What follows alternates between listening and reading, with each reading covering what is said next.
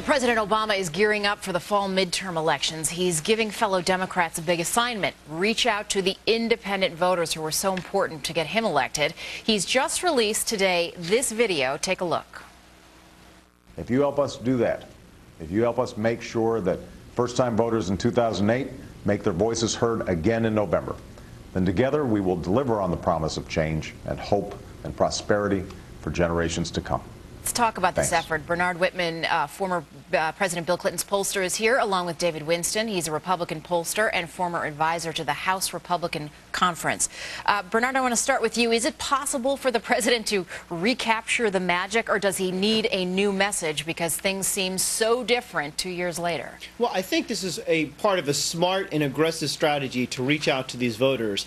And the truth is, if we can even capture 10 to 15% of these first-time voters, it could make a huge difference in key states like California, Wisconsin, Washington, Illinois. I think it could help turn the tide in all 4 of those Senate races, in 16 House races, in 3 of the 4 gubernatorial races that are taking place in that state. But I tell you, we have to move beyond the rhetoric of change and hope, and I think we have to clearly communicate to the American people the great victories that the president has accomplished. We've created or saved over 2.5 million new jobs. The Dow is above 11,000. Consumers are starting to spend money again. And you don't change course in the middle of a recovery. That's the message that the president needs to get out to the American people. David, I guess 2 questions for you. 1, will that message work? And 2, does the allure of Obama actually translate to other Democratic candidates?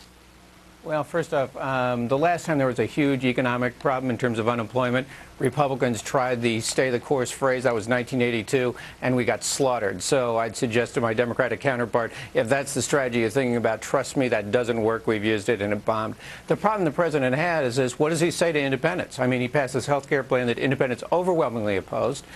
He's doing cap and trade, which independents overwhelmingly oppose. And in fact, what independents are asking are, where are the jobs? And if you take a look at the last 3 big statewide elections that occurred, New Jersey, Virginia, and Massachusetts, Republicans won independents by over 30 points. I mean, the president is targeting the right group. The problem is he just has nothing to say to them. David, I just want to stay with that for a second, though. Those elections, though, were months ago. I mean, doesn't Bernard have a point that since then the president has seen some victories?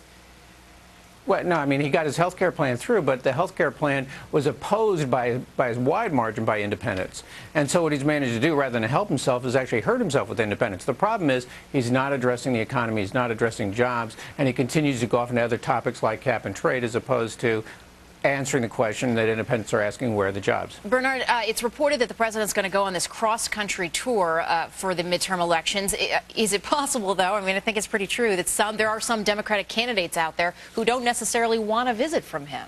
Well, I think that's, of course, always the case in midterm elections, and he has to use his time and his appeal judiciously. That's why I think in certain key states he can make a world of difference. I don't think you're going to see a lot of the president passing through the South and parts of the Midwest. But the fact is that this president has started to bring the economy around. Consumer confidence is up. Spending is up. We're starting to see businesses begin hiring again. And I think that reaching out not only to these independent voters, but also to re-energize the base. You know, he's got 13 million people in his Organizing for America organization, and getting them activated and engaged and having them knock on doors and talk to their friends and neighbors on the telephone is going to be just as important for keeping them engaged and energized and laying the groundwork not only for a victory this fall, but also come 2012. David, very quickly, last question for you. The mood is so different, and there is a lot of frustration out there. Is the challenge actually going to be getting people off their couches and actually to the polls, no matter who they're voting for? No, look, the bases of both parties are likely to turn out. Where the fight is amongst independents in this particular situation. The problem that Barack Obama has is that all the policies he's been pursuing, independents don't agree with. And so he's targeting the right group, but he doesn't have a message to say to them. And so what's the point? David Winston, Bernard Whitman, good to see you both. Thanks. Thank you. Pleasure.